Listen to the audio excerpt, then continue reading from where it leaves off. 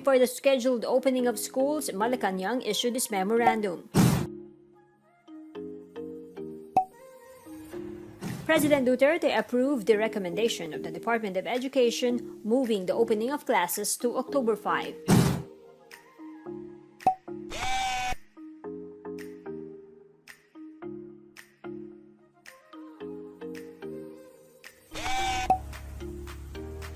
DepEd initially scheduled the school opening on August 24, expressing readiness to implement blended learning.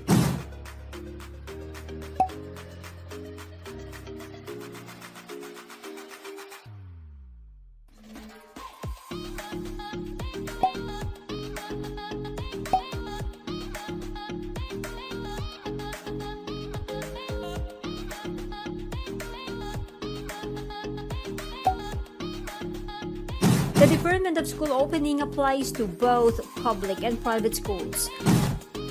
However, the virtual classes of private schools that have already started shall continue.